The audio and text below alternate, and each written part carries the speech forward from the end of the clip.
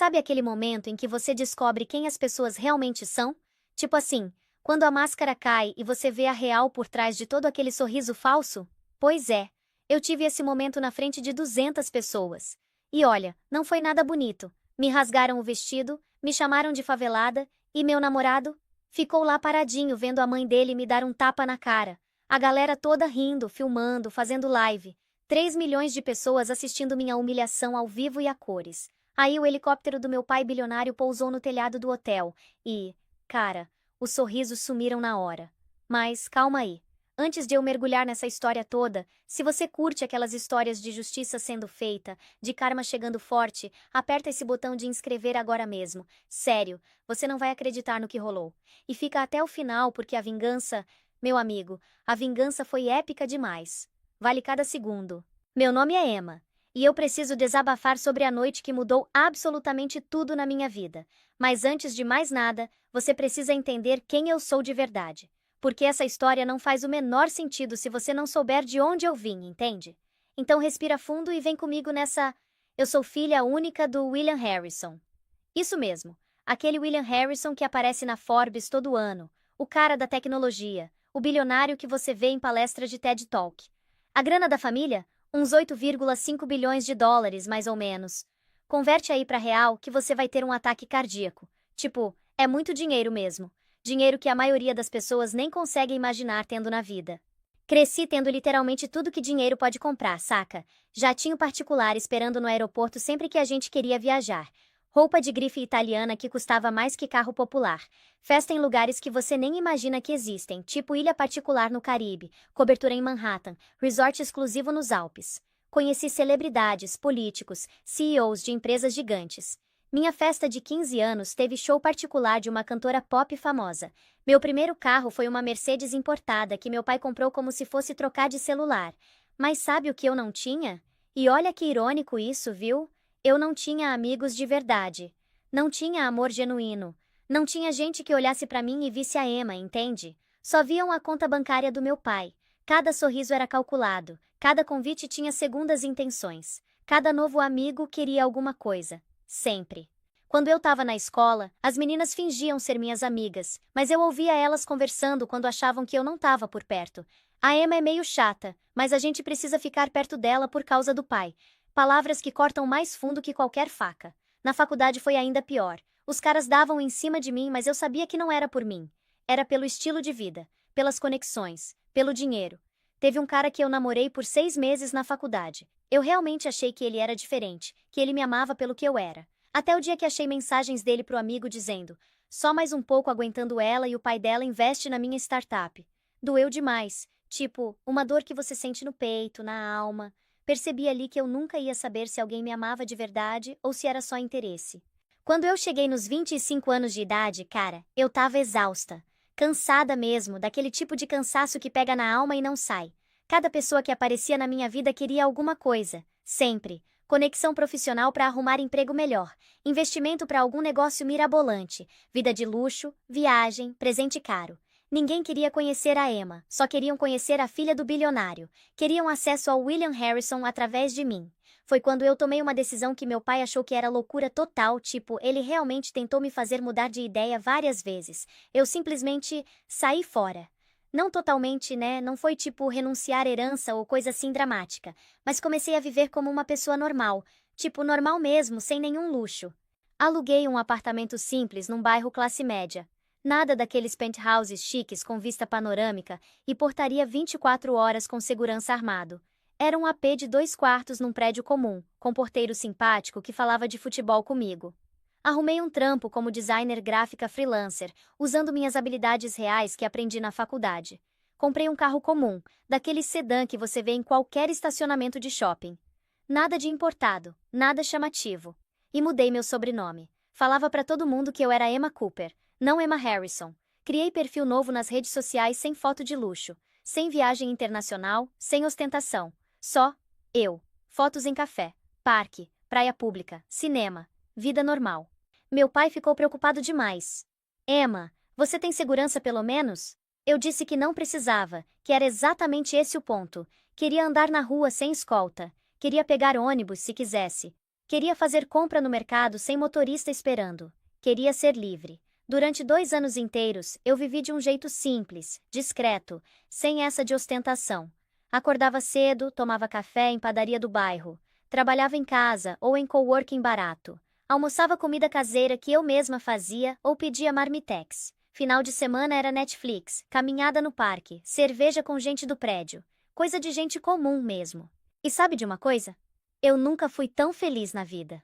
Parece loucura, mas era real demais. Eu acordava de manhã e não precisava desconfiar de cada pessoa que falava comigo. Fazia amizade com a senhora do apartamento ao lado que me ensinava a receita. Com o rapaz da academia que era engraçado e gente boa. Com a menina da cafeteria que tinha sonho de abrir o próprio negócio um dia. Gente real, com problema real, com sonho real. Ninguém me pedia dinheiro emprestado. Ninguém queria que eu apresentasse pro meu pai. Ninguém esperava presente caro. Era libertador demais, tipo você tirar um peso gigante das costas. Pela primeira vez na vida eu respirava, eu vivia, eu era feliz de verdade. Foi aí que eu conheci o Brandon. E olha, a história de como a gente se conheceu parece até cena de filme romântico, sabe? Daqueles filmes bobinhos, mas que todo mundo gosta. Foi numa terça-feira de manhã, daquelas que tá chovendo e todo mundo tá de cara amarrada no café esperando o dia melhorar. Eu tinha entrado para trabalhar um pouco enquanto tomava café, porque trabalhava de casa e às vezes precisava mudar de ambiente. Vi ele numa mesa do canto se estressando com o notebook dele, xingando baixinho por causa de uma apresentação que não abria direito. O software tinha travado e ele tinha reunião em 1 hora. Dava para ver o desespero no rosto dele. Fui lá com meu café na mão. Oi, desculpa me intrometer, mas eu trabalho com design e entendo um pouco de software. Posso dar uma olhada? Ele levantou o rosto e... Cara, era bonito. Tipo aquele bonito clássico, sabe? Olho castanho, sorriso simpático, cabelo arrumado, mas não metido. E pareceu tão aliviado. Por favor, ele disse. Eu vou perder o emprego se não conseguir abrir essa apresentação. Levei uns 5 minutos para resolver o problema dele. Era uma incompatibilidade de versão besta que eu já tinha visto antes. Quando a apresentação abriu, ele quase pulou de alegria.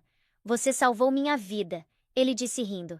Sério mesmo. Deixa eu te pagar um café pelo menos. Ou o almoço, ou os dois. Eu ri também.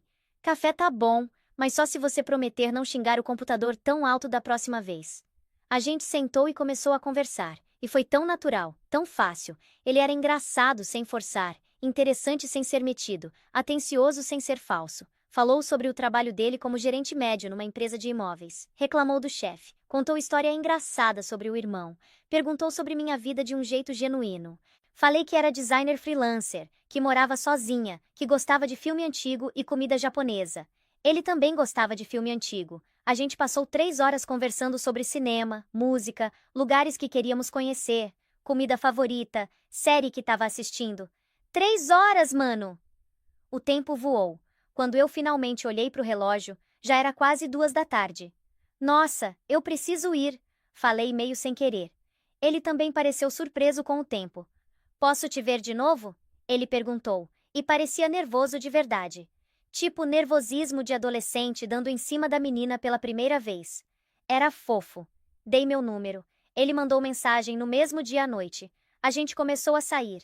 Primeiro, foi cinema. Depois jantar simples num restaurante por quilo, caminhada no parque, museu no final de semana. Coisas normais que casais normais fazem. Nos 8 meses seguintes, a gente se apaixonou. Pelo menos eu achava que tinha sido isso. Pelo menos eu tinha certeza do que sentia. Brandon me conhecia como Emma Cooper, a designer freelancer que amava filme antigo de Hitchcock e fazia piada ruim sobre qualquer coisa. Eu tinha mania de fazer trocadilho ruim e ele ria toda vez. A gente tinha rotina. Sexta-feira era dia de filme em casa com pipoca. Sábado era dia de experimentar restaurante novo. Domingo era dia de cada um fazer suas coisas, mas sempre conversava por mensagem. Ele nunca questionou por que eu não gostava de restaurante caro ou viagem de luxo. Quando ele sugeriu a gente viajar para a Europa, eu disse que preferia conhecer cidades brasileiras antes, que tinha tanta coisa bonita aqui que a gente não conhecia. Ele topou na hora. Fomos para Minas Gerais, Bahia, Rio. Viagem simples, pousada barata, mas foi incrível. Achava que eu era só descomplicada mesmo, que não ligava para luxo. Ele falava que eu era perfeita, que era exatamente o tipo de menina que ele sempre quis conhecer. Dizia que as ex dele eram todas metidas, que só queriam sair em lugar caro, que reclamavam de tudo. Você é diferente, Emma. Você é real. Apresentei ele para os meus amigos novos, a galera do prédio e do trabalho. Todo mundo gostou dele. Disse que a gente combinava, que ele parecia gente boa, que eu tava brilhando de felicidade. E era verdade, eu tava.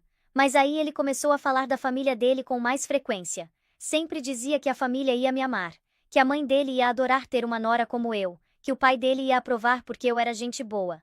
Esse foi o primeiro sinal de alerta que eu ignorei completamente. Porque quando alguém fica falando muito que a família vai aprovar você, geralmente é porque a família é complicada, e a pessoa tá tentando se convencer disso. 2 semanas atrás, Brandon apareceu no meu apartamento todo nervoso e empolgado ao mesmo tempo.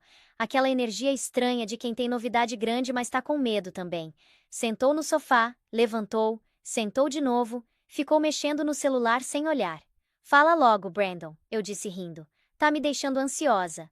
Ele respirou fundo. A mãe dele, Clarissa, ia dar a festa anual de negócios da família. Pelo jeito que ele falava, era tipo o evento do ano para a família Reis. Clientes importantes, parceiros de negócio, gente da alta sociedade, investidores, outras famílias ricas. Era tradição há 20 anos. E ele queria que eu fosse para conhecer a família dele oficialmente. Tipo, apresentar como namorada mesmo, não mais aquela coisa de, uma amiga. Vai ser especial, ele disse segurando minha mão. Quero que todo mundo conheça você. Quero que minha família veja como você é incrível. Eu deveria ter percebido o jeito que ele falou. Tipo, ele estava tentando me preparar para alguma coisa. Mas eu estava apaixonada e boba, então só fiquei feliz. Topei na hora. Mas também tomei uma decisão ali mesmo. Ia como eu mesma. A Emma simples, não a Emma Harrison. Esse seria o teste definitivo, saca? Se a família dele conseguisse me aceitar sem a grana, sem o status, sem saber quem era meu pai, sem saber que eu tinha bilhões na conta, aí sim seria real. Aí eu saberia que o Brandon era diferente de todo mundo que eu já tinha conhecido na vida. Aí eu poderia finalmente acreditar que tinha achado amor verdadeiro. Contei pro Howard no dia seguinte. O Howard é o secretário do meu pai há mais de 20 anos. Ele me conhece desde que eu tinha 5 anos de idade. Me viu crescer, passar por tudo, chorar por causa de amizade falsa, sofrer por amor interesseiro. É tipo um segundo pai pra mim, aquele tio favorito que sempre te dá conselho bom. Quando eu contei o plano pra ele, o cara ficou preocupado demais. Dava pra ver na cara dele. Senhorita Emma, ele falou com aquele jeitinho cuidadoso que ele sempre usa quando acha que eu tô fazendo besteira. A senhora tem certeza absoluta disso? Tem gente que mostra quem realmente é quando acha que tem poder sobre os outros. Quando acha que pode te pisar porque você é menos que elas. Eu sorri pra ele, aquele sorriso de quem já tomou decisão e não vai mudar. É exatamente por isso que eu preciso fazer isso, Howard. Se eles não conseguirem me aceitar do jeito mais simples possível, não merecem me ter no melhor. Não merecem saber quem eu realmente sou. Ele ajeitou os óculos, aquele gesto que ele faz quando tá pensando sério. E se eles forem cruéis? E se eles a humilharem? Aí eu vou saber a verdade, respondi. Prefiro descobrir agora do que depois de casar e ter filho com esse homem. Howard suspirou fundo. Seu pai não sabe do Brandon ainda, sabe? Do relacionamento, da festa, de nada disso. Eu sei. E vamos deixar assim por enquanto. Quando eu tiver certeza que o Brandon é a pessoa certa, aí eu apresento ele pro papai. Mas não antes. A senhorita quer que eu mantenha segurança discreta por perto? Ele ofereceu, sempre preocupado com minha proteção. Não, Howard. Sem segurança, sem motorista, sem nada. Precisa ser completamente real. Ele não gostou, mas concordou. Vou manter meu celular ligado. Qualquer coisa, qualquer problema, a senhorita me liga imediatamente. Na noite da festa, eu fiquei literalmente 1 hora inteira na frente do guarda-roupa. Abri, fechei, peguei roupa, devolvi. Provei 3 vestidos diferentes. Nenhum parecia certo. Muito elegante parecia que eu estava tentando demais. Muito simples parecia desleixo. Tinha que ser o equilíbrio perfeito. No fim, escolhi um vestido amarelo clarinho que eu tinha comprado numa loja de departamento do shopping. Não era feio, era até bonitinho, mas definitivamente não era designer. Tinha custado uns R$ 200 em promoção. O tecido era bom, o corte era decente, mas qualquer pessoa que entende de roupa saberia que não era nada especial. Sem joia nenhuma, só um brinquinho pequeno de pérola que minha avó tinha me dado. Fiz o próprio cabelo, só uma escova simples e prendeu de lado. Maquiagem natural, básica, nada de maquiador profissional. Sapato baixo bege que eu usava para trabalhar. Bolsa pequena comum. Olhei no espelho por uns 5 minutos. A menina me encarando de volta parecia normal, comum, qualquer pessoa que você encontra na rua. Não tinha nada que gritasse dinheiro, poder, conexão. Era só uma menina de vestido amarelo indo numa festa. Exatamente o que eu queria. Brandon me buscou às 7 da noite. Ele estava impecável no terno dele. Provavelmente tinha custado uns 5.000 reais fácil. Cabelo no gel, sapato engraxado brilhando, perfume caro. Quando ele me viu, algo definitivamente passou no rosto dele. Vi claramente. Decepção, preocupação, tipo, ela vai assim mesmo? Mas ele engoliu isso e sorriu. Você tá linda, disse, mas o tom não era muito convincente. Era o tom de quem tá mentindo educadamente. Obrigada, respondi fingindo não perceber. Você tá muito elegante. No carro, ele não parava de falar nervoso sobre a família. Ajeitava a gravata a cada 2 minutos. Ligava e desligava o rádio. Suspirava fundo várias vezes. Minha mãe, a Clarissa, ela é meio particular sobre certas coisas, ele disse escolhendo as palavras com cuidado. Sabe como são essas famílias tradicionais, né? Ela liga muito pra etiqueta, formalidade, essas coisas. Tudo bem, falei calma. Vou me comportar direitinho. Não, não é isso, ele disse rápido demais. É que ela às vezes pode parecer um pouco fria no começo, mas é só jeito dela. Quando ela te conhecer melhor, vai gostar de você. Bandeira vermelha número 2 que eu ignorei. Meu pai, o Kenneth, ele é mais sério e tradicional ainda. Trabalha demais, fala pouco, mas é gente boa no fundo, só não leva desaforo pra casa, sabe? Bandeira vermelha número 3. Minha irmã, a Natasha, ela pode ser meio intensa, mas tem bom coração. É que ela é muito protetora com a família, às vezes exagera. Bandeira vermelha número 4. E minha prima Jéssica, ela é divertida, mas tem língua afiada, gosta de zoar. Só não leva pro pessoal se ela falar alguma coisa. É jeito dela. Bandeira vermelha, número 5. Tudo isso deveria ter sido sinal de alerta gigante, tipo aquelas placas na estrada. Perigo adiante. Retorne agora. Mas eu tava apaixonada. E amor, como eu ia descobrir naquela noite de forma brutal, deixa a gente completamente cega pra verdade. A gente chegou no Hotel Grandview às 8h15. O lugar era impressionante mesmo, não vou mentir. Fachada toda iluminada, manobrista uniformizado na porta, tapete vermelho na entrada. Passamos pela recepção luxuosa com pé direito altíssimo e decoração chiquérrima. Subimos para o salão de festas no último andar. Quando as portas do elevador abriram, cara, era outro nível. O salão era absurdamente espetacular. Lustres de cristal imensos pendendo do teto, aqueles que devem ter uns 3 metros de altura. Cortinas de seda nas cores creme e dourado cobrindo as paredes. Mesas redondas enormes com toalha branca impecável e detalhes dourados. Arranjos de flores que deviam ter custado mais que meu aluguel de 3 meses. Centro de mesa elaborado demais com velas e cristais. Garçom circulando com champanhe francês caro. Um quarteto de cordas tocando música clássica ao vivo num canto. Tinha até fonte de chocolate com frutas e doces gourmet. Havia fácil umas 200 pessoas ali, todas cobertas de roupa de grife e joia cara. As mulheres usavam vestido de alta costura que você vê em desfile de moda. Reconheci algumas marcas. Valentino, Gucci, Chanel. Sapatos Christian Louboutin com aquela sola vermelha famosa. Bolsas Hermès Birkin que custam tipo preço de apartamento. Os homens tinham terno italiano impecável. Relógio Rolex e Patek Philippe que valiam mais que carro importado. Abotoaduras de ouro. Sapato feito sob medida. Todo mundo cheirando a dinheiro e poder. E eu ali com meu vestidinho amarelo de 200 reais da loja de departamento. Os olhares começaram imediatamente, tipo, assim que a gente entrou no salão. As pessoas paravam de conversar por um segundo para me olhar de cima a baixo, aquele olhar de análise completa. Cabelo, rosto, vestido, sapato, bolsa. E depois a expressão de julgamento. Sobrancelha levantada, lábio torcido levemente, aquele olhar de quem é essa? Eu ouvia os comentários baixinhos mesmo tentando ser discreta. Quem trouxe ela? Olha a roupa. Isso é para festa formal? Será que ela não tem espelho em casa? Risadinhas abafadas. Olhares trocados entre as pessoas. A mão do Brandon apertou a minha, mas não de um jeito reconfortante, tipo, tô aqui com você, relaxa. Era desconfortável mesmo, tipo constrangimento, vergonha até.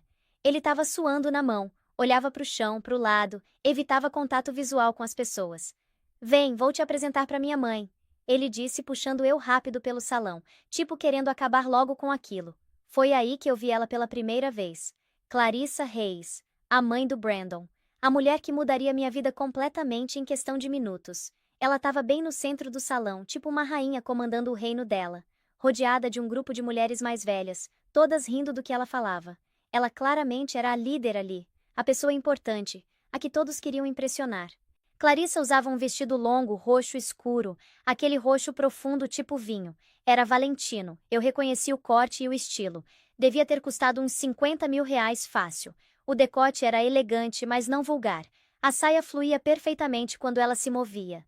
O tecido capturava a luz dos lustres de um jeito lindo. Mas o que chamava mais atenção eram as joias. Meu Deus, as joias! Colar de diamante no pescoço com pedras enormes, aquelas que você sabe que são reais porque nenhuma imitação teria aquele brilho. Brincos combinando, pulseira de diamante no pulso, anéis em 3 dedos. Devia ter ali facilmente uns 2 milhões de reais em joia só no corpo dela. Cabelo castanho escuro preso num coque perfeito, nem um fio fora do lugar. Maquiagem impecável, profissional, aquele tipo que leva 2 horas para fazer. Pele bem cuidada, provavelmente fazia tratamento estético caro regularmente.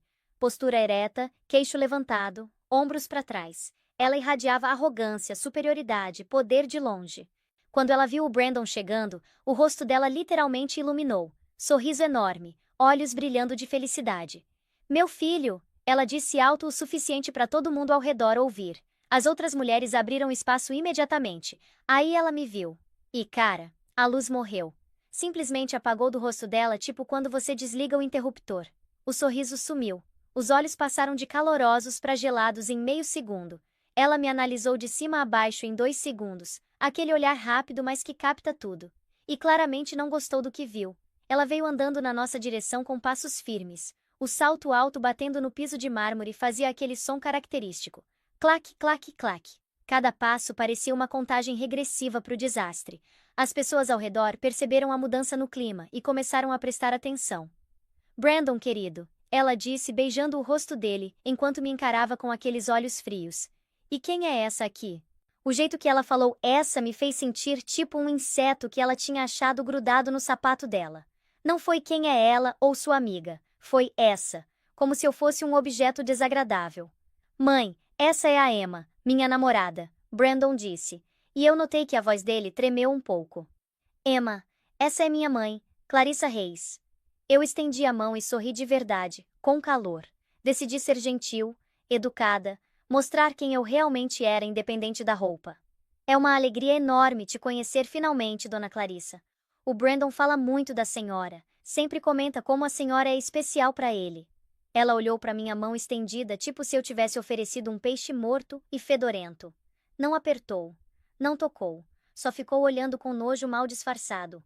O silêncio durou uns 3 segundos, mas pareceu uma eternidade. Fala mesmo? A voz dela era gelo puro, aquele frio que corta. Que interessante isso.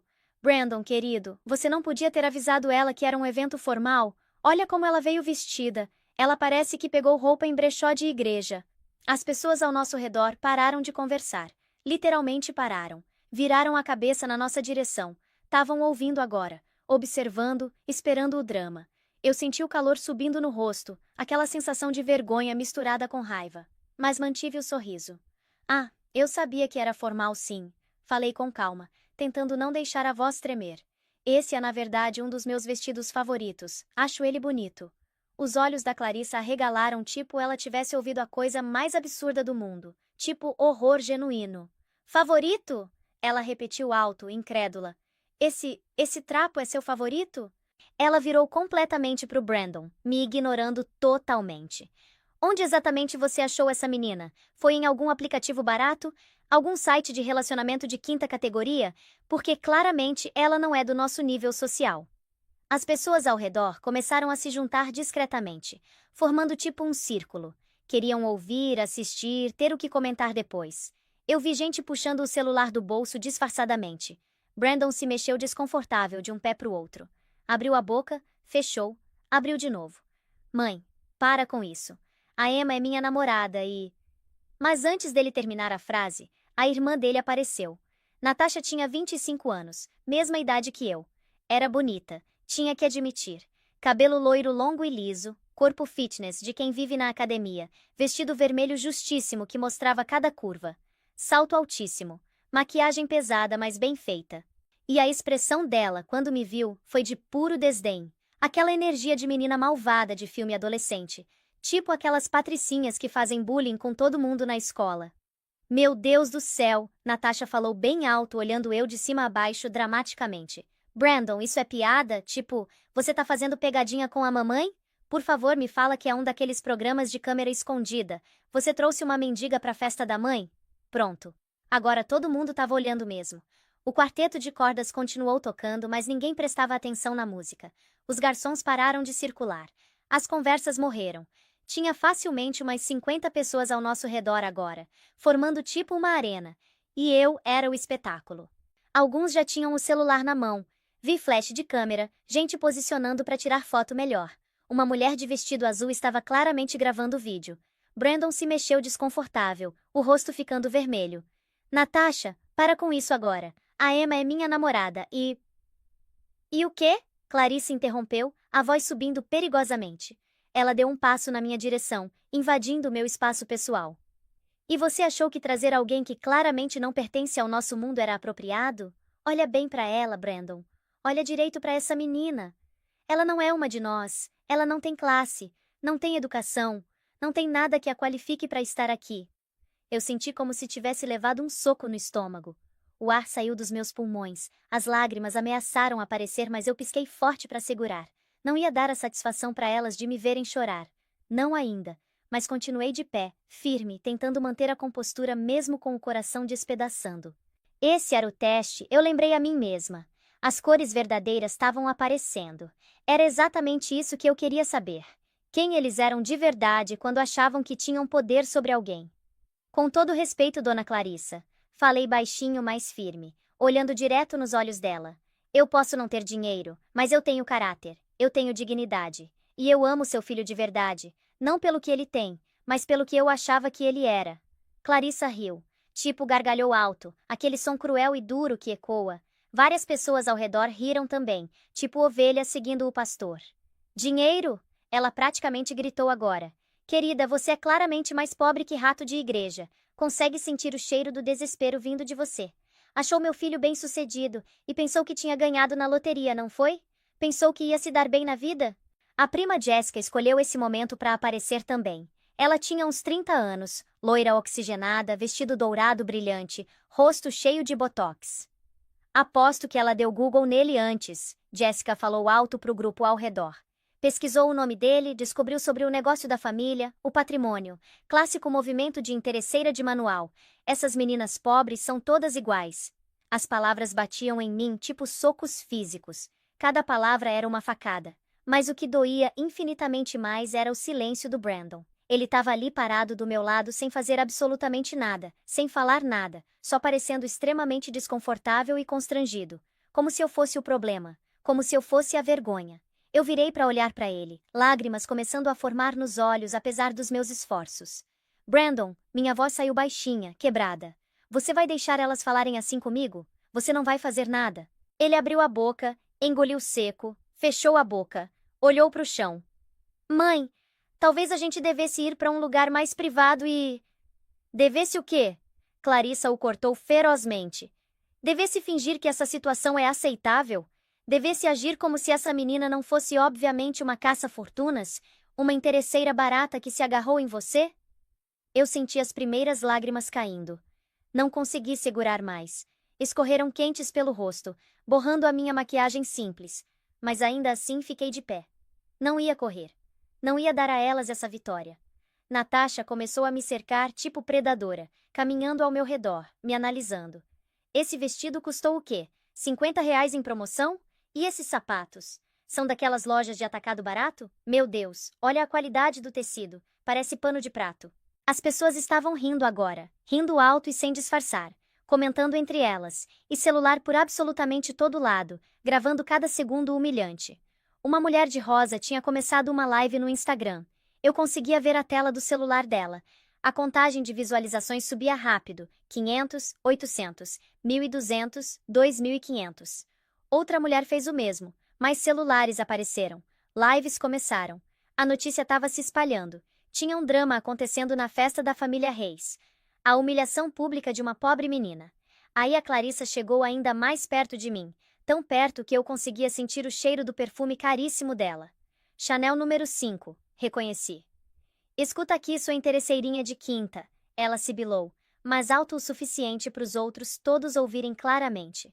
Eu sei exatamente o que você é. Você é ninguém, não é nada. Não passa de uma pobrezinha qualquer que viu uma oportunidade de vida melhor e agarrou com unhas e dentes. Ela fez uma pausa para efeito dramático, olhando ao redor para ter certeza que todo mundo estava prestando atenção. Tavam. Meu filho merece alguém do nível dele, ela continuou. Alguém com classe de verdade, com linhagem, com educação de qualidade. Alguém que pertence ao nosso círculo social. Você é simplesmente lixo. Lixo da rua que se meteu onde não foi chamada. A palavra ecoou pelo salão. Lixo. Ela me chamou de lixo na frente de 200 pessoas. Foi aí que ela fez. Ela me deu um tapa. Na cara. Na frente de todo mundo. O som da palma na minha bochecha rachou pelo salão tipo tiro de revólver. Alto, seco, impossível de ignorar. Meu rosto virou violentamente para o lado com o impacto. A bochecha ardendo, queimando, latejando de dor. O salão inteiro ofegou. Teve gente que gritou, "Oh, meu Deus!" A contagem nas lives explodiu. 5.000, 10.000, 20.000, 50.000 visualizações e subindo sem parar. Eu fiquei ali completamente atordoada, paralisada, com a mão subindo automaticamente para tocar a bochecha queimando. Senti o gosto de sangue na boca onde mordi a língua sem querer com o impacto. As lágrimas caíam livremente agora, sem controle. Brandon! Minha voz saiu quebrada, desesperada. Uma última tentativa, um último apelo. Por favor. Ele olhou para o chão, para as próprias mãos, para qualquer lugar menos para mim. O silêncio dele falou mais alto que qualquer palavra. Foi nesse momento que algo dentro de mim morreu. O amor que eu sentia, a esperança que eu tinha, a ilusão que eu construí, tudo desmoronou. Mas no lugar não veio derrota. Veio algo diferente. Veio clareza cristalina. Veio raiva fria. Veio determinação. Mas antes que eu pudesse falar qualquer coisa, Natasha deu o golpe final. Ela agarrou o ombro do meu vestido com força. Como você ousa fazer minha mãe perder a compostura? Ela gritou histérica. Como você ousa deixar minha mãe tão chateada a ponto de ter que te bater? E puxou. Puxou forte, com raiva, com violência. Ouvi o som do tecido rasgando alto demais. O ombro do vestido se desprendeu, deixando meu ombro e parte do sutiã expostos. Eu agarrei o vestido desesperada, tentando manter junto, segurar os pedaços, cobrir a pele exposta. A humilhação agora era completa. Total. Absoluta. Eu estava ali com o vestido rasgado, rosto inchado e vermelho do tapa, lágrimas escorrendo, maquiagem borrada. E 200 pessoas assistindo, centenas de milhares nas lives, o mundo inteiro vendo minha degradação. A multidão estava em absoluto frenesi agora. Riso alto, xingamentos, comentários cruéis. Olha o sutiã dela, é daqueles baratos do atacado. Coitada, nem roupa de baixo decente ela tem. Que vergonha alheia! Os celulares gravando de todos os ângulos. Flash de câmera sem parar. As contagens das lives dispararam. 80.000, 100.000, 150.000 em uma, 90.000 em outra, 120.000 na terceira. Comentários rolando frenéticos. Que absurdo! Ela mereceu! Interesseira! Coitada! A internet dividida, mas todos assistindo. Segurança! Clarissa gritou no tom mais autoritário possível, como quem está acostumada a dar ordens e ser obedecida. Removam esse lixo imediatamente da minha festa. Joguem ela na rua de onde nunca deveria ter saído. 2 seguranças grandões de terno preto começaram a atravessar o salão na minha direção. Passos firmes, determinados. Iam me tirar dali à força se fosse preciso. Eu olhei para o Brandon uma última vez. A última tentativa. O último resquício de esperança patética. Implorando silenciosamente com os olhos cheios de lágrima para ele falar algo, qualquer coisa, para me defender, para levantar por mim, para mostrar que o homem que eu amava existia. Ele desviou o olhar completamente. Virou o rosto para o lado. Não conseguiu nem me encarar. E ali, naquele momento exato, algo dentro de mim não quebrou. Transformou. A tristeza virou clareza. A dor virou força. A humilhação virou determinação. Entendi perfeitamente. Falei baixinho, mas havia aço na minha voz agora. Entendi tudo. Foi exatamente aí que a gente ouviu. O helicóptero. No começo, era só um som distante, um zumbido leve que a maioria das pessoas nem percebeu. Continuaram rindo, comentando, gravando, mas o som foi ficando mais alto, mais próximo, mais impossível de ignorar. Depois foi ficando mais alto, bem mais alto, impossível de ignorar. O prédio inteiro começou a vibrar. Não era imaginação. As paredes literalmente tremiam. Os lustres enormes de cristal começaram a balançar perigosamente. Copos e taças nas mesas chacoalhavam, fazendo barulho de vidro batendo. O chão vibrava sob nossos pés. Todo mundo parou. Silêncio caiu no salão. Pessoas olharam para cima, confusas, assustadas até. Que barulho é esse? É terremoto? O que está acontecendo? O som ficou ensurdecedor. O tipo de som que você sente no peito, nos ossos. As janelas vibravam. Tinha gente tampando os ouvidos. O quarteto de cordas parou de tocar completamente. Pelas enormes janelas de vidro do salão que iam do chão ao teto, dava para ver as luzes. Luzes fortes, brancas, se aproximando.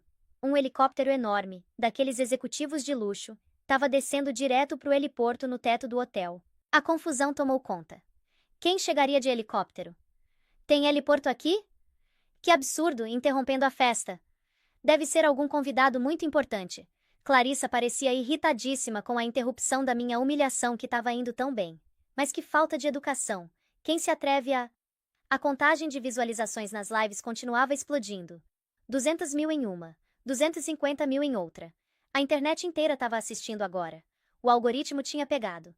Festa de rico com drama, viraliza rápido. O helicóptero pousou. Dava para sentir o impacto no teto do prédio. Depois de alguns segundos, o som começou a diminuir. O motor desligando. O silêncio que veio depois parecia mais alto que o barulho tinha sido. Todo mundo ficou olhando para as portas do salão, esperando, curiosos, ansiosos para ver quem era. As lives continuavam transmitindo tudo. Milhares de pessoas online esperando junto. Aí as enormes portas duplas de madeira do salão se abriram, lentamente, dramaticamente, como em filme. E meu pai entrou. William Harrison em toda sua glória. 1,90 m de pura presença e autoridade. Cabelo grisalho perfeitamente cortado. Rosto sério, maxilar travado, olhos escuros intensos que pareciam atravessar qualquer um. Ombros largos, postura ereta, confiante. Ele usava um terno cinza escuro italiano, que provavelmente custava mais que a maioria dos carros no estacionamento. Feito sob medida, caindo perfeitamente no corpo. Camisa branca impecável. Gravata de seda azul marinho. Sapatos de couro reluzentes. Relógio Patek Philippe, no pulso que valia fácil uns 3 milhões de reais. Atrás dele, 4 seguranças imensos de terno preto e óculos escuros. Tipo segurança de presidente. Sérios, intimidadores. Prontos para qualquer coisa. Um deles falava no ponto discreto na orelha. O salão ficou em silêncio absoluto. Tipo, silêncio de túmulo. Ninguém respirava. As lives continuavam, mas ninguém fazia mais barulho. Porque todo mundo naquela sala sabia exatamente quem ele era. William Harrison, o bilionário da tecnologia. O homem que tinha construído um império. O rosto que aparecia na capa da Forbes, da Time, da Business Weekly todo ano. O cara que dava palestra no TED que tinha milhões de visualizações, que tinha jantar com presidente e primeiro-ministro, que tinha influência política e econômica absurda. E ele parecia absolutamente furioso, o tipo de fúria fria, controlada, que é 100 vezes mais assustadora que gritaria.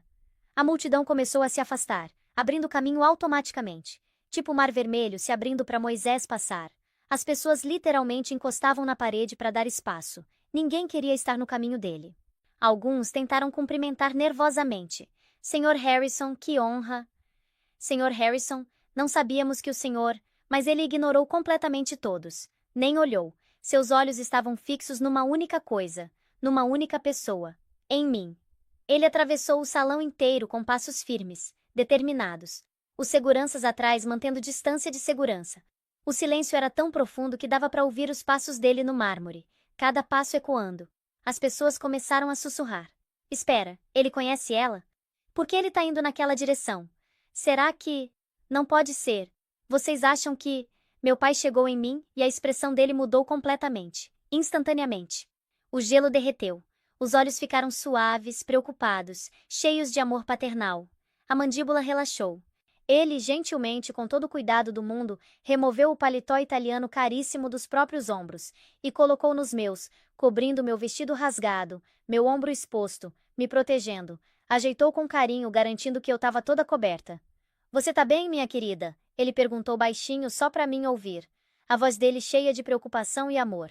Eu não consegui falar. A garganta estava fechada. Só balancei a cabeça que não, mais lágrimas caindo. Todo o trauma das últimas horas vindo à tona. Pai! Finalmente consegui sussurrar entre soluços. Me desculpa muito. Desculpa por tudo. Eu estraguei tudo.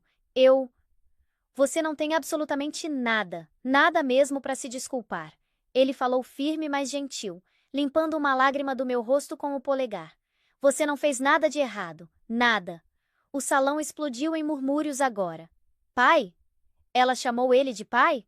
Espera, isso significa que ela é a filha dele? Emma Harrison? Meu Deus! Não é possível! Os celulares ficaram loucos, as lives dispararam. 500 mil visualizações, 800 mil, 1 milhão. Os comentários rolando tão rápido que nem dava pra ler. Ela é filha dele. Plot twist. Eu sabia. Mano, que isso! Aí meu pai se virou lentamente para encarar Clarissa. E a transformação foi assustadora.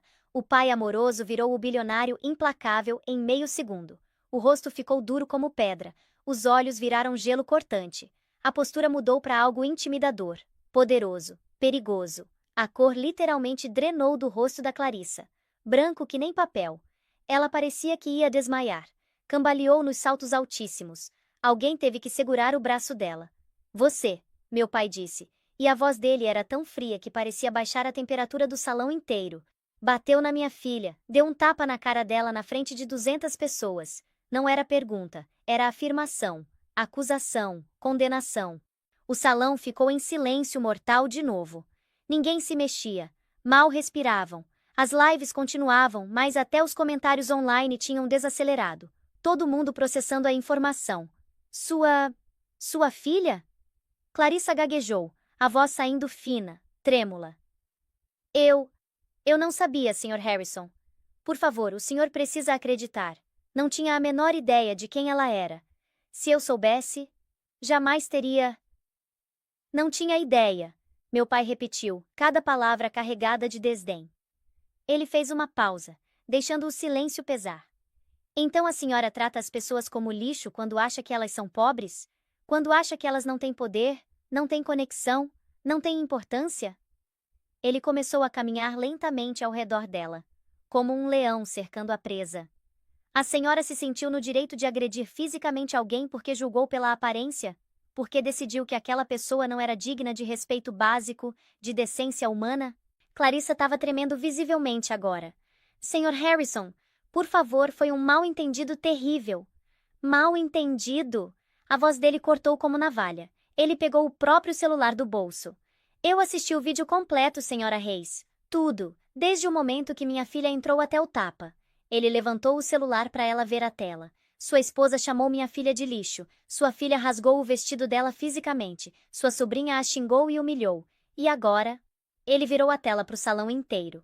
2.300.000 pessoas estão assistindo isso ao vivo neste exato momento, em múltiplas lives. Se tinha alguma cor que ainda restava no rosto da Clarissa, sumiu nessa hora. Ela ficou literalmente cinza. As pernas dela pareciam que iam ceder. Kenneth Hayes, o pai do Brandon, finalmente reagiu. Ele veio correndo, praticamente tropeçando nos próprios pés, suando frio. Senhor Harrison, por favor! Ele tentou pegar no braço do meu pai, mas os seguranças se moveram rápido, bloqueando. Por favor, senhor, tenho certeza que podemos resolver isso de forma civilizada. Isso tudo é um grande mal-entendido. Uma falha de comunicação. Se pudermos conversar em particular. Meu pai nem olhou para ele. Manteve os olhos fixos em Clarissa.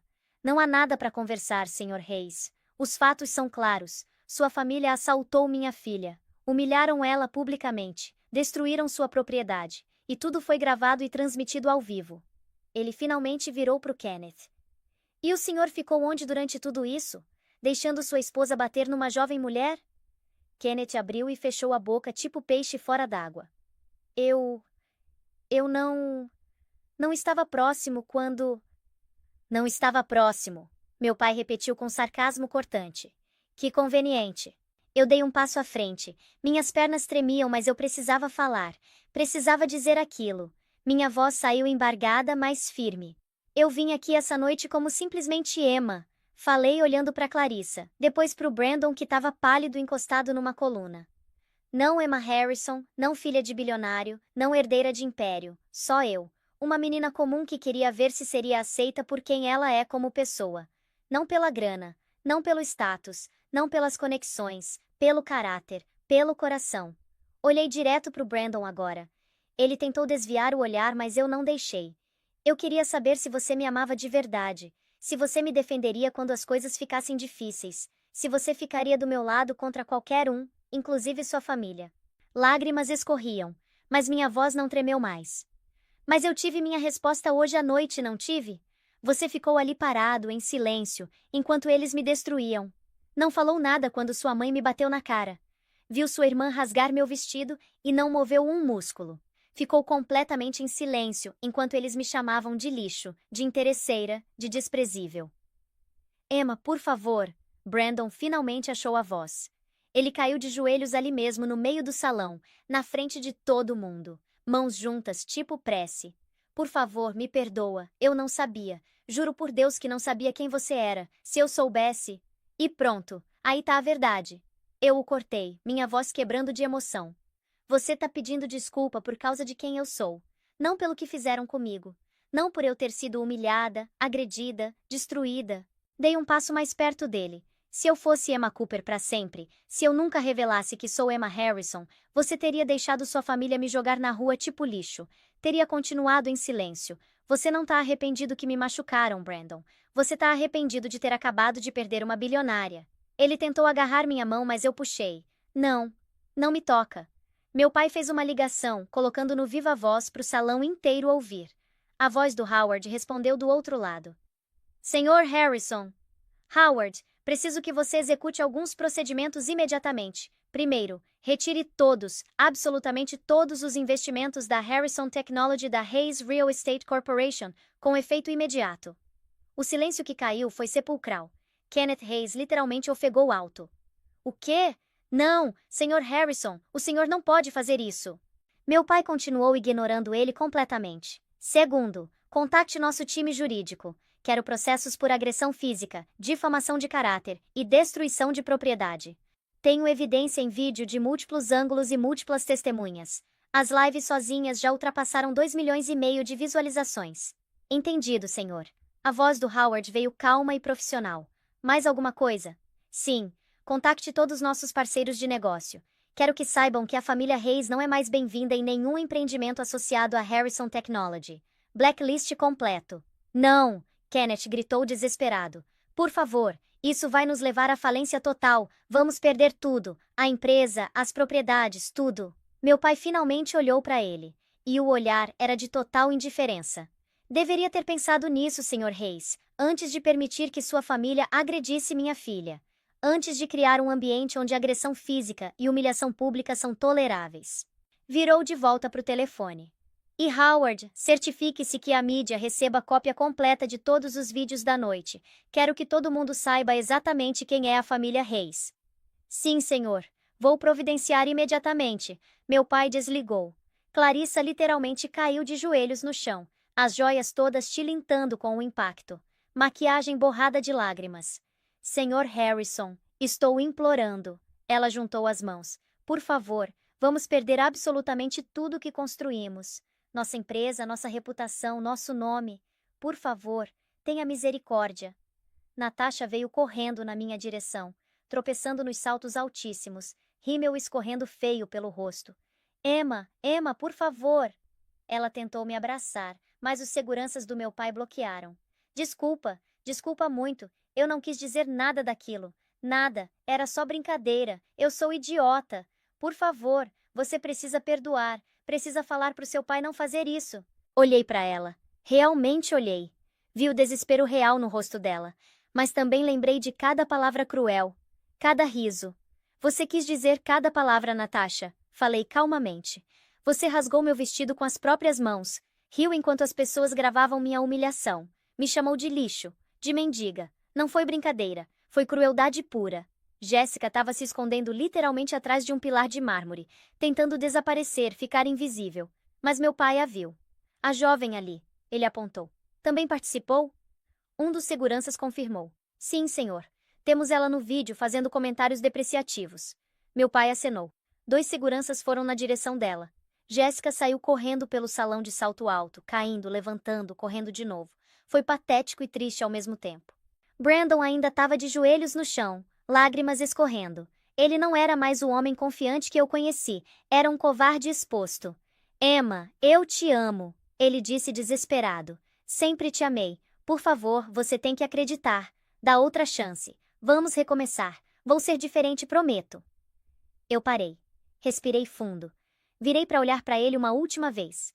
Você não me ama, Brandon. Você nunca me amou. Você ama meu dinheiro. Existe uma diferença enorme. Ele balançou a cabeça freneticamente. Não, não é verdade. Eu te amava antes de saber.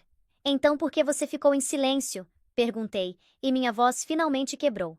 As lágrimas vieram de novo. Por que você não me defendeu? Uma palavra, Brandon. Era só uma palavra. Parem. Basta. Saiam dela. Uma palavra e eu teria acreditado em você. Teria sabido que você me amava de verdade.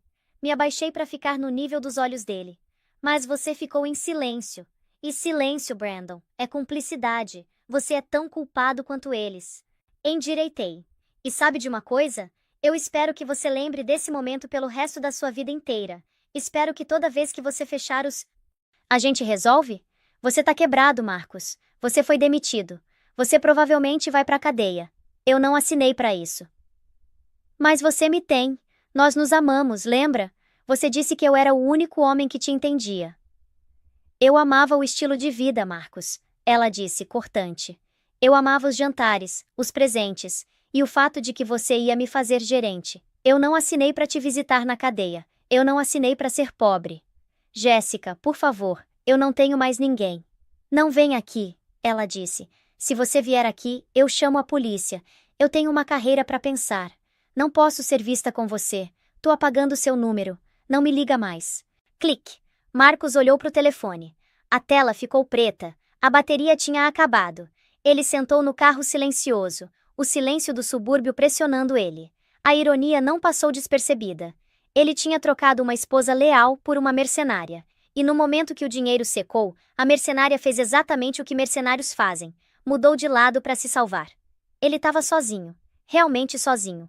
Mas ele não podia ficar ali. Tinha que se mover. Ele saiu do Porsche e começou a andar. Andou pela entrada longa da casa que ele tinha perdido, arrastando a mala. As rodinhas chiavam no asfalto. Ele chegou no fim da entrada e olhou para a esquerda, depois para a direita. Ele nem sabia onde ficava a estação de trem. Ele sempre dirigia ou pegava carro com motorista.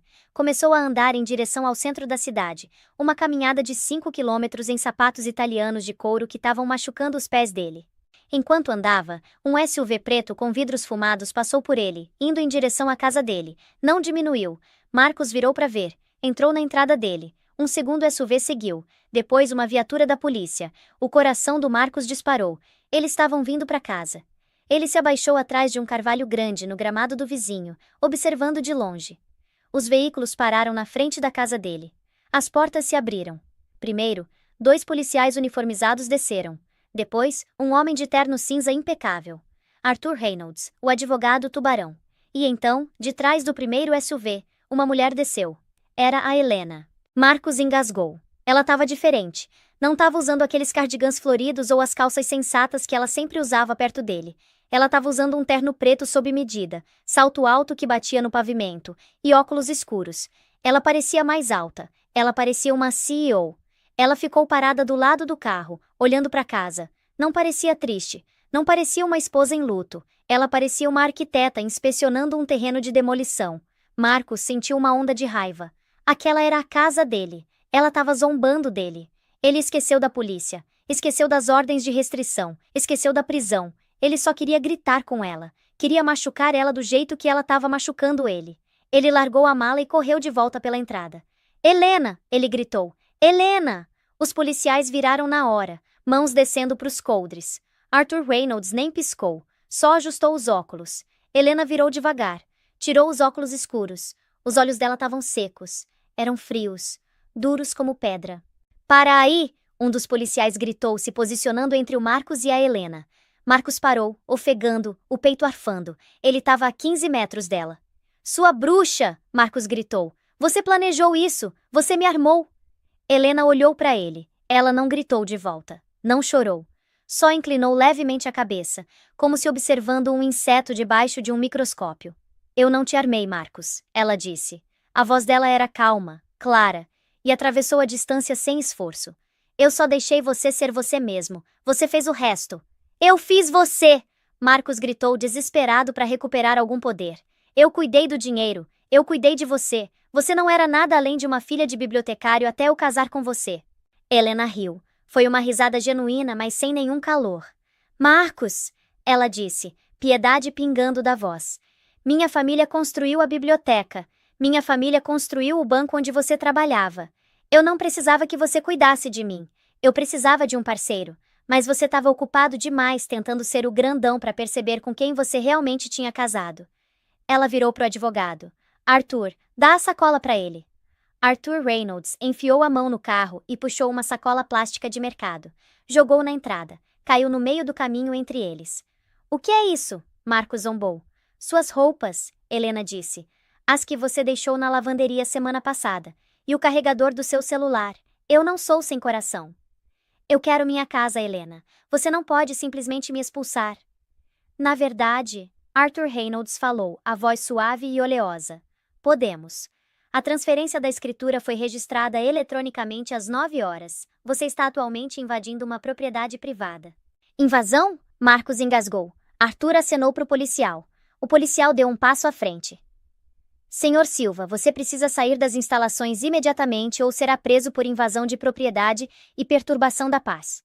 Marcos olhou para Helena. Procurou um resquício da mulher que costumava massagear as costas dele quando ele tinha dor de cabeça. Procurou a mulher que fazia sopa para ele. Ela tinha ido embora. Ou talvez ela nunca tivesse realmente existido. Talvez aquela versão da Helena fosse só um espelho que ela segurou para refletir o que ele queria ver. Helena, por favor. A voz do Marcos quebrou. Ele percebeu que a raiva não estava funcionando. Tentou implorar. Eu não tenho para onde ir. Meus cartões não funcionam. A Jéssica me expulsou. Eu não tenho nada. Helena olhou para ele. Por um segundo, a expressão dela suavizou. Marcos sentiu uma fagulha de esperança. Você tem sua liberdade, Marcos. Ela disse suavemente. Isso é o que você queria, não é? Ser livre da esposa chata. Viver a vida alta. Ela colocou os óculos escuros de volta. Vai viver. Ela virou e entrou na casa, a casa dela, e fechou a pesada porta de carvalho. O som da tranca clicando no lugar ecoou como um tiro. Marcos ficou parado ali, a sacola plástica da lavanderia aos pés dele. Circula, senhor, o policial disse, a mão no cacetete. Marcos pegou a sacola plástica, pegou a mala e virou. Ele andou pela entrada, passando pelas cercas vivas bem cuidadas que ele costumava podar, passando pela caixa de correio com o nome dele ainda nela. Chegou na rua. A chuva começou a cair de novo. Chuva fria e forte. Ele começou a andar. Não sabia para onde. Só sabia que estava se afastando da vida que ele tinha destruído. A chuva estava torrencial agora. Encharcou o terno italiano sob medida do Marcos. Uma peça de 15 mil reais, agora arruinada por lama e água. Ele andava há 1 hora, se encontrou no centro da cidade, parecia um louco. O cabelo grudado na testa, os sapatos encharcados, e ele arrastando uma mala e uma sacola de lavanderia. As pessoas na rua, pessoas que ele talvez já tivesse cumprimentado no clube de campo, desviavam dele, olhando com uma mistura de nojo e medo. Elas não reconheciam ele. Para elas, ele era só mais um mendigo. Ele parou na frente de um banco. Não o banco dele. Um banco genérico de rede. Ele precisava pensar. Entrou no vestíbulo para sair da chuva. Sentou no chão, encostado na máquina do caixa eletrônico. Tava exausto. Ele olhou dentro da sacola plástica que a Helena tinha dado. Dentro, embrulhado no plástico da lavanderia, tava o blazer cinza dele. Ele checou os bolsos. Nada. Espera. O bolso interno. Sentiu um pedaço de papel. Puxou. Era um bilhete manuscrito.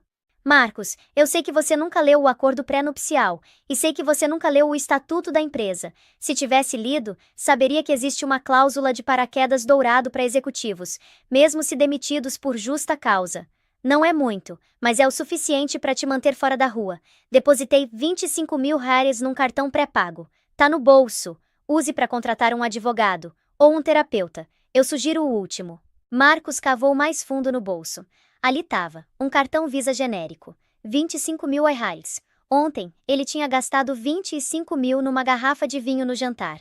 Hoje, era todo o patrimônio líquido dele. Ele olhou para o cartão. Devia rasgar. Devia jogar no lixo por orgulho.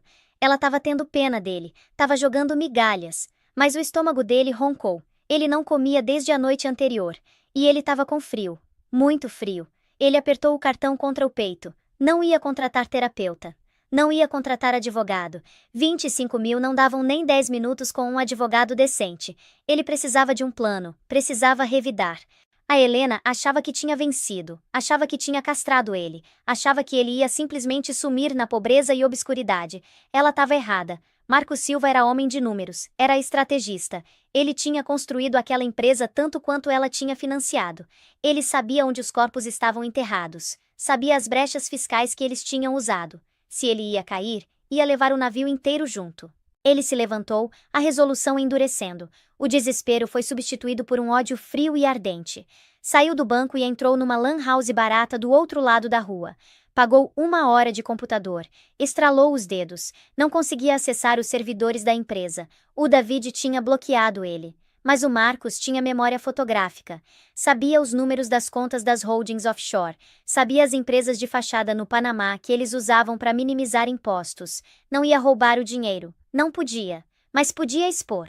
Abriu um navegador e procurou as informações de contato do Departamento de Denúncias da Receita Federal. Depois procurou o e-mail da redação de economia do maior jornal do país. Quer uma guerra, Helena? Marcos sussurrou, os dedos pairando sobre o teclado. Vamos ver como você gosta quando o mundo souber que a santinha dos Van der Hoeven tá operando um esquema de evasão fiscal. Ele começou a digitar. O Motel 6, nos arredores da cidade, cheirava a cigarro velho e produto de limpeza industrial.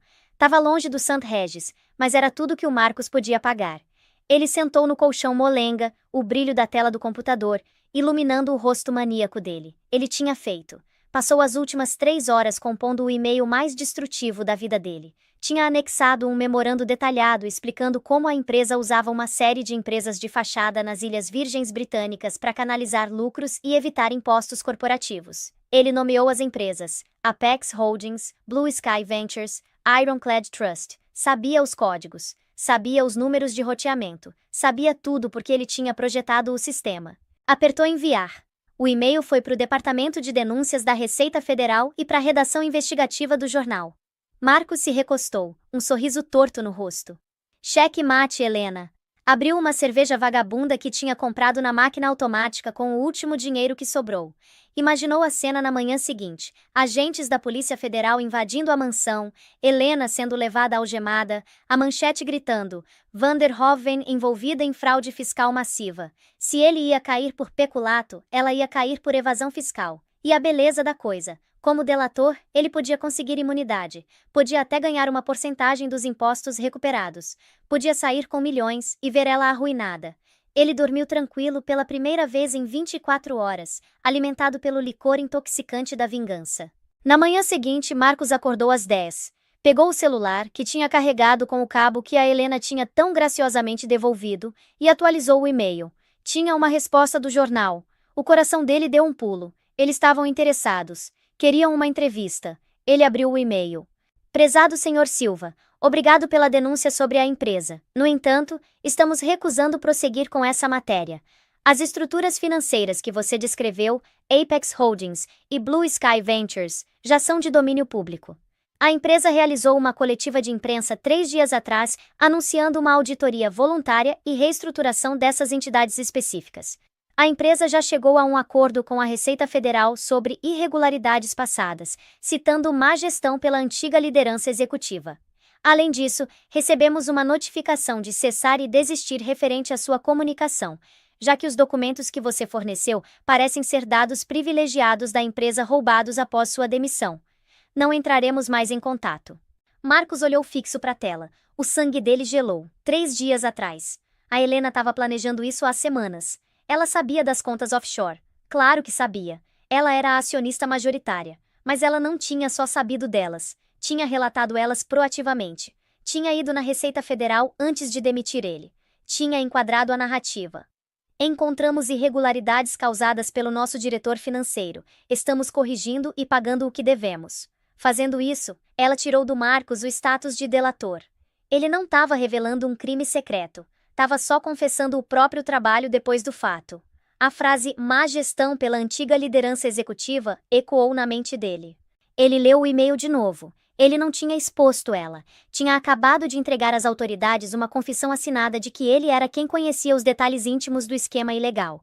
Tinha acabado de corroborar a história dela, de que ele era o cérebro por trás da sonegação fiscal. Bateram na porta do motel. Marcos pulou. Quem é? Serviço de quarto? Uma voz chamou. Eu não pedi serviço de quarto.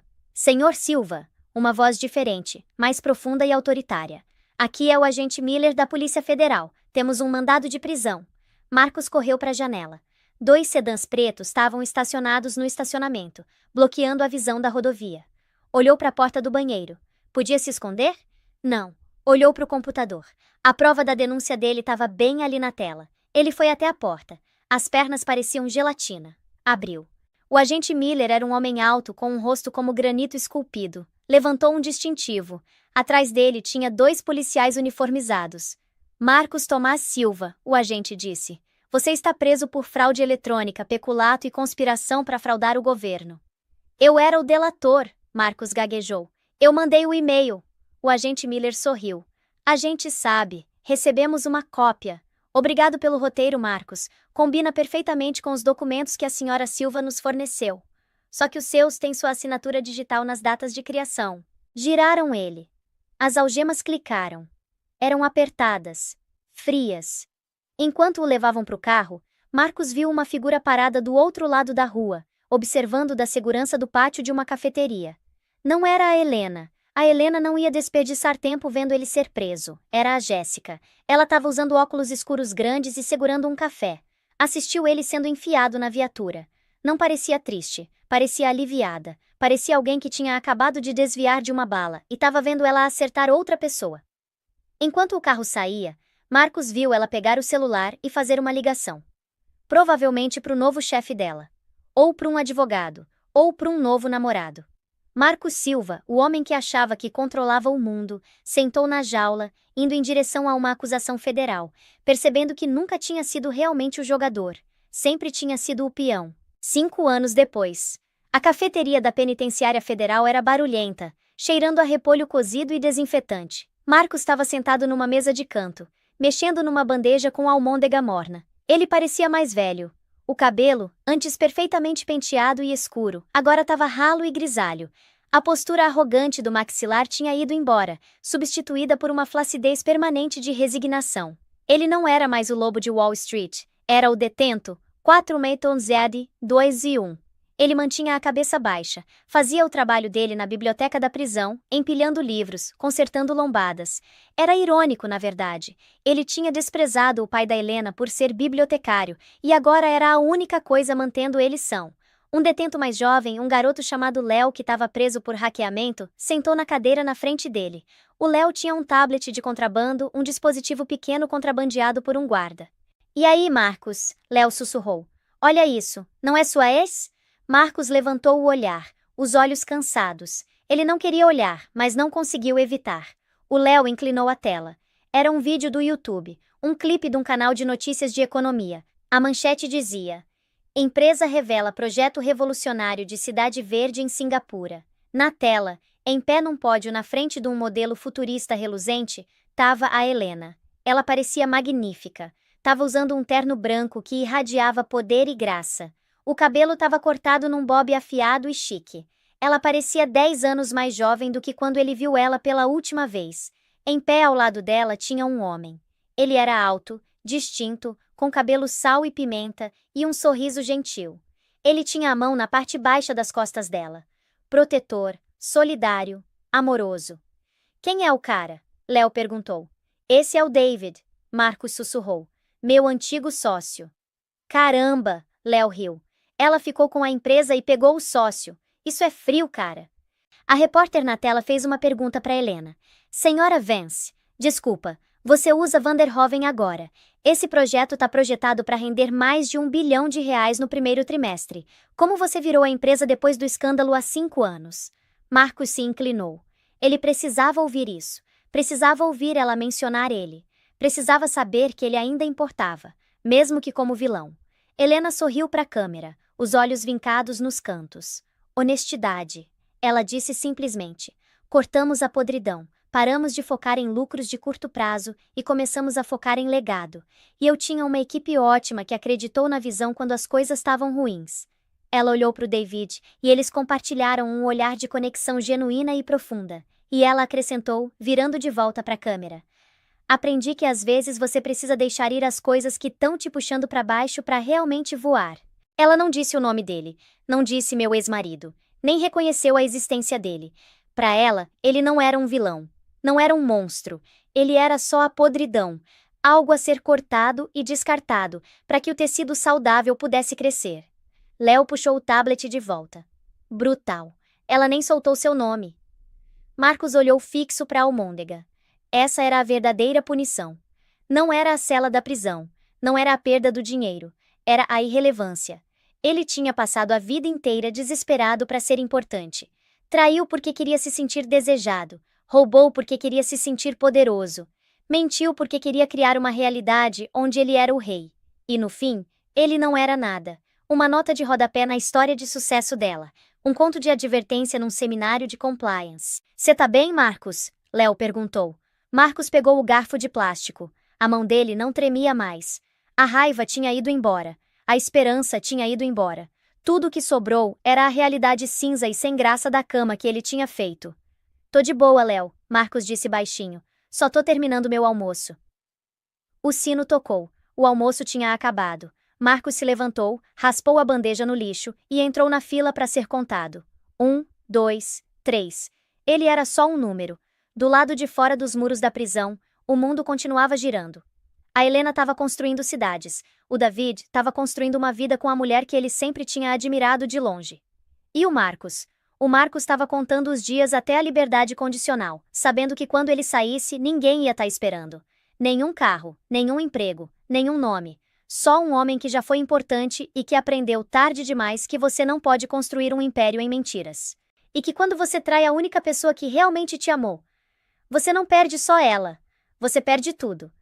Então, olha só, se você está assistindo isso agora, eu quero que você pare um segundo e pense. Pense nas pessoas ao seu redor.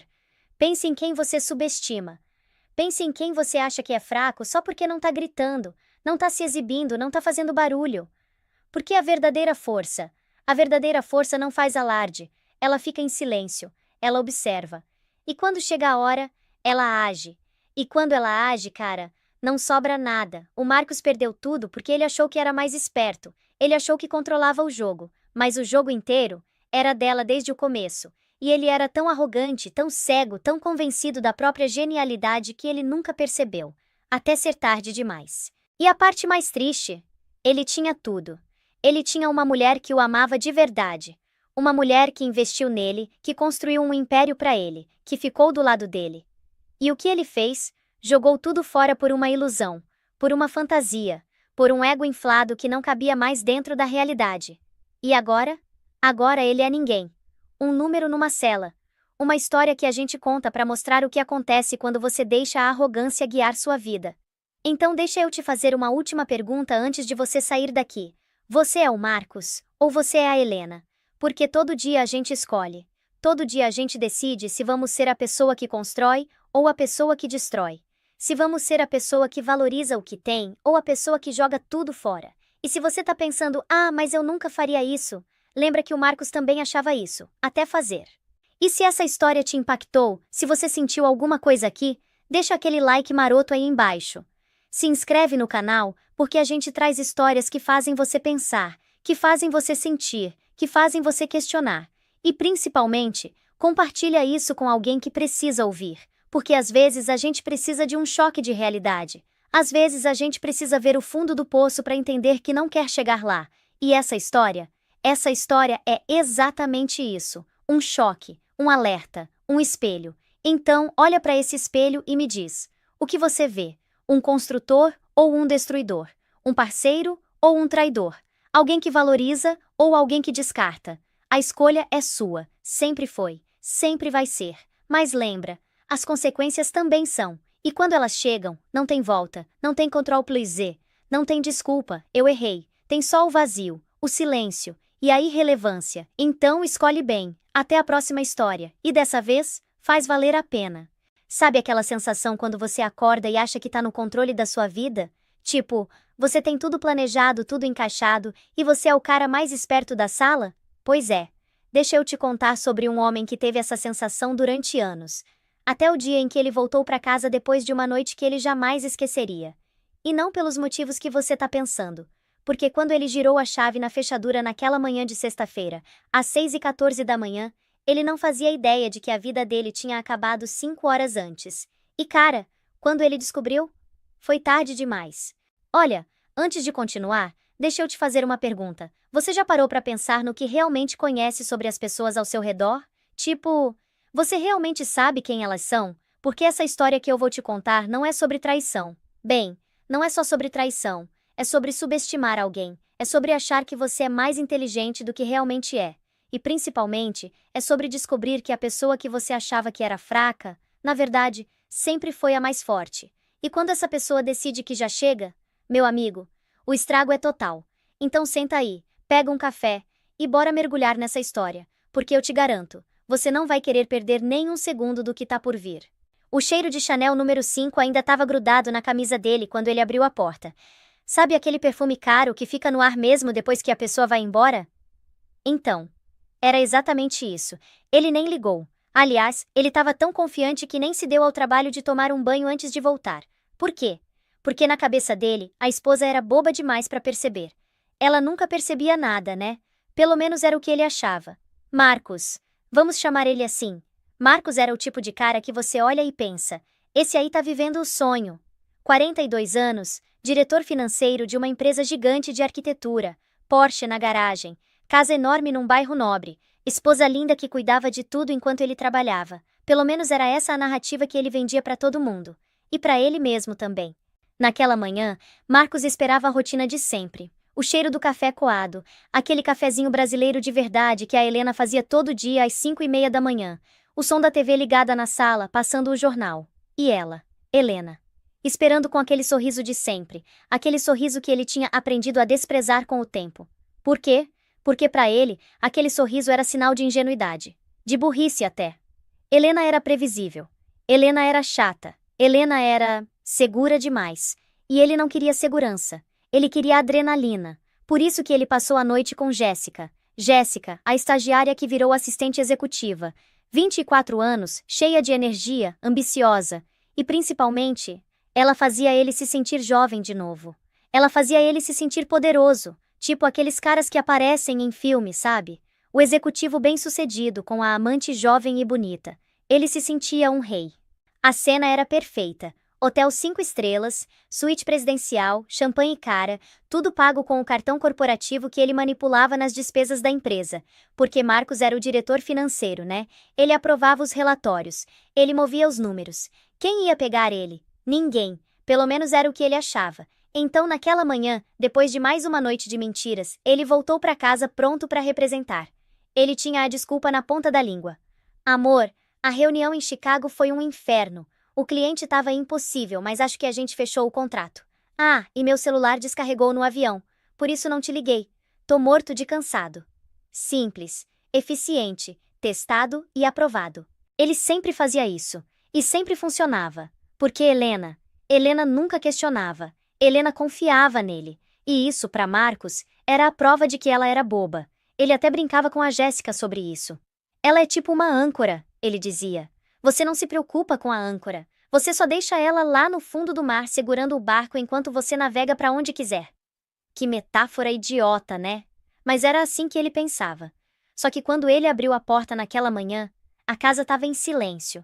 E não era aquele silêncio normal de casa vazia porque a pessoa saiu pro mercado. Era um silêncio pesado. Tipo, você sabe quando você entra num lugar e sente que tem algo errado? Então, era exatamente isso. Não tinha cheiro de café. Não tinha som de TV. E quando ele entrou na cozinha, a bancada de mármore estava vazia, completamente vazia. E ali, bem no centro, tinha um envelope grande, cor bege, com um carimbo vermelho de documentos legais. E em cima do envelope, escrito à mão com a letra caprichada da Helena, tava o nome dele, Marcos. Ele parou, tipo, congelou, porque naquele momento, alguma coisa no fundo da mente dele começou a gritar que as coisas não estavam certas. Mas ele ignorou. Ele ignorou porque Marcos era arrogante, Marcos era prepotente, e Marcos achava que nada de ruim podia acontecer com ele. Helena! Ele gritou. A voz dele ecoou pela casa, voltando sem resposta. Ele jogou a mala no chão e foi para a sala. Nada, foi pro quarto. E foi aí que o pânico começou a se instalar de verdade. O closet dele? Intocado. Todas as roupas dele no lugar, todos os sapatos alinhados, tudo certinho. Mas o lado da Helena? Vazio. Completamente vazio. Não tinha mais as roupas dela. Não tinha mais as bolsas. Não tinha mais os sapatos. Até os cabides tinham sumido.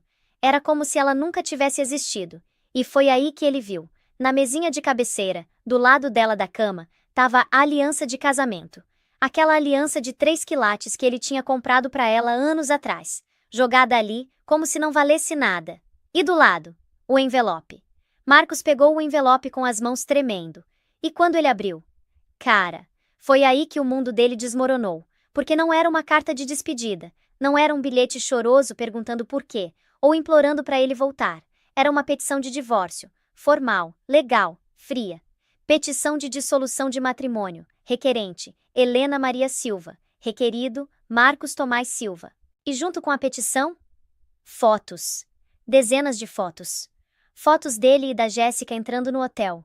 Fotos deles jantando. Fotos deles se beijando no parque perto do escritório. Fotos com data, hora e localização. Fotos tiradas por um investigador particular. Um investigador caro. Marcos sentou na cama, as pernas falhando. Como? Como ela tinha dinheiro para contratar um investigador? Ele controlava todas as finanças da casa. Ele dava uma mesada para ela. Generosa, sim, mas rastreada. Todo o gasto dela no cartão de crédito mandava uma notificação para o celular dele. Ele sabia de cada centavo que ela gastava. Como ela conseguiu fazer isso? Ele continuou lendo. E aí veio a parte que fez o coração dele parar. A carta era de um escritório de advocacia. Mas não era qualquer escritório. Era o escritório mais caro e mais agressivo de toda a cidade. O tipo de escritório que cobra $1000 só para atender o telefone. E a carta dizia: Prezado Sr. Silva, informamos que representamos sua esposa, Sra. Helena Silva, no processo de divórcio. No momento em que o senhor ler esta carta, a Sra. Silva já terá desocupado a residência conjugal. Gostaríamos de chamar sua atenção para a cláusula 14, seção B, do acordo pré-nupcial assinado há 11 anos. O acordo pré-nupcial. Marcos se lembrou na hora. Ele tinha insistido naquele acordo. Porque 11 anos atrás, ele era o executivo promissor e ela era só a filha de um bibliotecário. Ele quis proteger o patrimônio dele. Ele fez ela assinar sem nem ler direito. Ou pelo menos era o que ele achava. A carta continuava. A cláusula de infidelidade, inserida a pedido do pai da noiva, estabelece que em caso de adultério comprovado por parte do principal provedor, todos os bens adquiridos durante o casamento, incluindo a residência conjugal, revertem imediatamente para a parte lesada. Marcos parou de respirar. A residência conjugal, a casa de 5 milhões de reais. Ele tinha perdido a casa. Mas não era só isso. A carta continuava. Além disso, o período de carência para suas ações na empresa foi acionado. As ações, tecnicamente mantidas em um trust conjugal para evitar impostos, agora estão sendo reavaliadas quanto à propriedade legal. As ações da empresa. Marcos pegou o celular com as mãos tremendo. Ele ligou para o David, o sócio dele. O melhor amigo dele desde a faculdade. O cara que tinha fundado a empresa com ele. David, escuta, a Helena enlouqueceu. Ela pediu divórcio. Ela tem um advogado maluco dizendo que... Marcos. A voz do David cortou ele, fria como gelo. Não era a voz do amigo, era a voz de um estranho. Você precisa checar seu e-mail. O conselho acabou de fazer uma reunião de emergência. Reunião? Que reunião? São 7 da manhã. A Helena participou. Ou melhor, o advogado dela participou. Ela discou às 5 da manhã. Que diabos a Helena tem a ver com o conselho? Marcos gritou. Ela é uma dona de casa. Você realmente nunca investigou, né? David disse, a voz baixando para um sussurro. Você nunca pesquisou sobre a família dela. Ela é filha de um bibliotecário. O pai dela era bibliotecário, sim, mas a mãe, Marcos, o sobrenome de solteira da mãe dela era Van der Hoven. O nome acertou Marcos como um soco no estômago. Os Van der Hoven. Dinheiro antigo, dinheiro de ferrovia, o tipo de dinheiro que não aparece em revistas, mas que é dono de quarteirões inteiros da cidade. Ela nunca me contou. Marcos gaguejou. Ela queria ser amada por quem ela era, não pelo sobrenome. Marcos, por que você acha que a gente conseguiu aquele investimento inicial há 10 anos? Aquele investimento anônimo das Ilhas Cayman que lançou a empresa? Marcos ficou pálido. Aquilo foi um investidor anônimo. Aquilo foi a Helena, David disse. Ela é dona de 51% das ações com direito a voto, Marcos. Ela é a acionista majoritária. Ela ficou em silêncio esse tempo todo. Mas hoje de manhã, ela não ficou em silêncio. Marcos caiu de joelhos. O telefone escorregou da mão suada dele. Ela te demitiu, Marcos. A voz do David chegou pequenininha do chão. Com efeito imediato. A segurança tá esperando você no escritório para recolher seus pertences. Não aparece lá. Marcos ficou olhando pro vazio. Ele tinha traído a esposa. Ele achava que estava jogando um jogo que ele não podia perder. Ele achava que ela era fraca. Ele achava que ela era burra. Mas Helena não tinha só saído. Ela tinha apagado ele da existência. E isso era só o começo. Agora, você deve estar pensando, cara, o Marcos se ferrou legal. Ele mereceu. E sim, ele mereceu. Mas segura aí, porque a história não acaba aqui. Na verdade, ela tá só começando. E se você acha que já viu o fundo do poço do Marcos? Meu amigo, você não viu nada ainda. Porque a Helena, ela não jogava para empatar. Ela jogava para vencer. E quando ela decidiu que o jogo tinha acabado, ela não deixou nem as migalhas. Marcos ficou sentado naquele quarto por horas. Bem, na verdade foram só alguns minutos, mas pareceu uma eternidade. A revelação de que a esposa dele, a mulher que ele tinha desprezado durante anos, era na verdade a dona da empresa dele? Isso era difícil de engolir. Mas quando ele olhou de volta para o envelope, percebeu que o horror não tinha acabado. Tinha mais papéis ali. Ele tinha parado na carta de demissão, mas a pilha era grossa. As mãos dele, agora tremendo descontroladamente, viraram a próxima página. Era uma planilha. Uma planilha de auditoria forense. No topo estava escrito: gastos não autorizados e apropriação indébita de fundos da empresa, 2022-2024. A garganta do Marcos secou na hora. Ele tinha sido cuidadoso, ou pelo menos achava que tinha sido.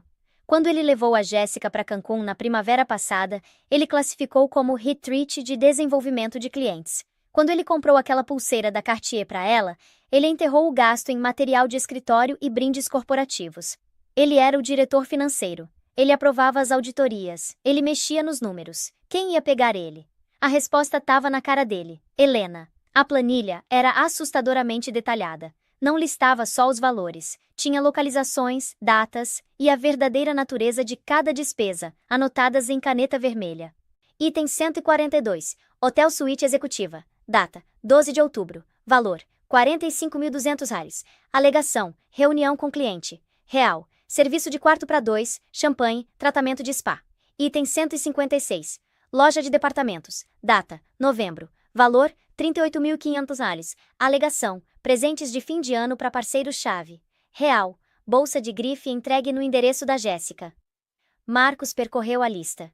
Eram dezenas de entradas, milhares de reais, e no final do documento, uma soma circulada em marcador vermelho grosso, 1.542 mil.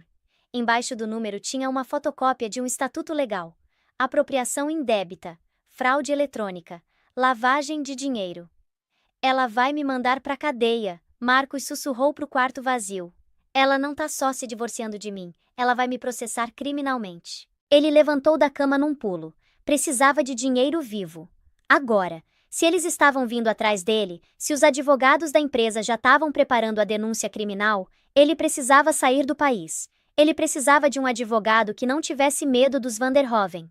Ele pegou a carteira e puxou o cartão preto Amex. O cartão que não tinha limite. O cartão que fazia ele se sentir um deus em qualquer restaurante.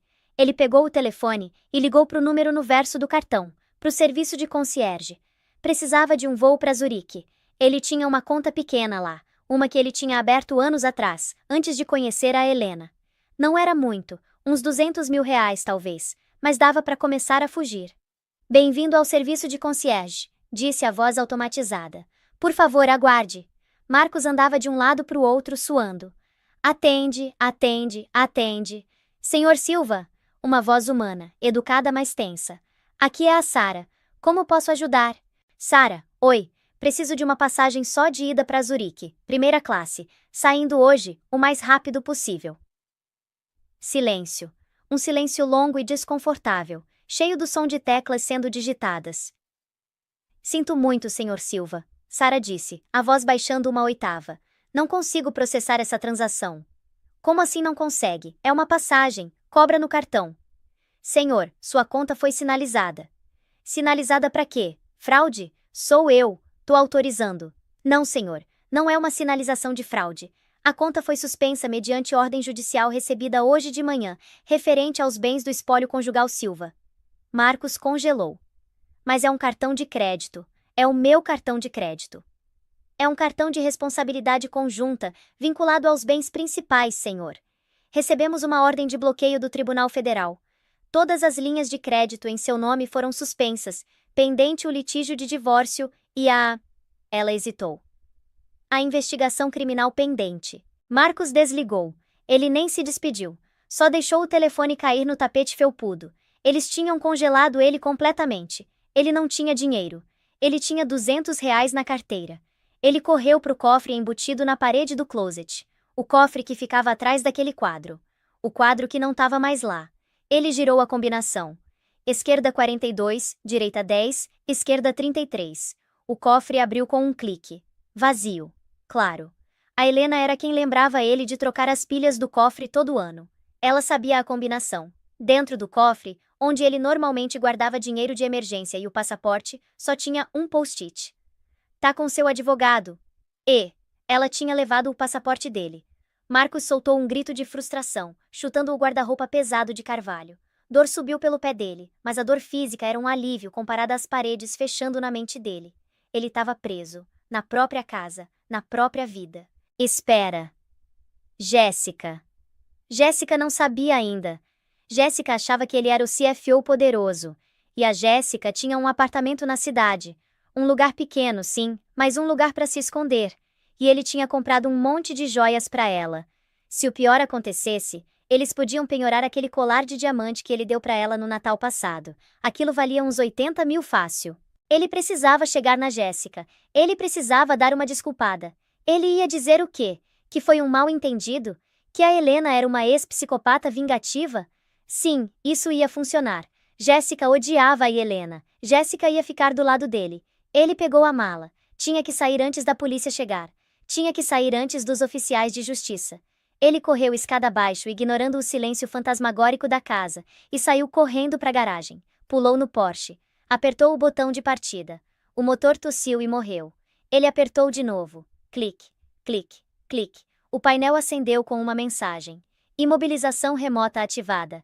Entre em contato com a concessionária. Não. Marcos bateu as mãos no volante. Não, não, não. O carro era arrendado pela empresa. Pela empresa. E o David, ou melhor, a Helena, tinha travado o carro remotamente. Marcos sentou no banco de couro do carro de 700 mil reais, que agora não era nada além de um peso de papel gigante. Ele olhou pelo para-brisa para o céu cinza. Ele estava encurralado no subúrbio. Sem carro, sem cartões de crédito, sem passaporte. E a polícia provavelmente a caminho. Ele olhou para o celular. Uma barra de bateria. Ele ligou para Jéssica. Jéssica atendeu no segundo toque. Marcos? A voz dela soava irritada. Achei que você ia ficar em casa brincando de casalzinho com a madame. Por que tá me ligando? É arriscado. Jess, escuta, Marcos disse, tentando manter o pânico fora da voz e fracassando miseravelmente. Aconteceu uma coisa. A Helena, ela sabe de tudo. O tom da Jéssica mudou na hora. Não era medo, era curiosidade.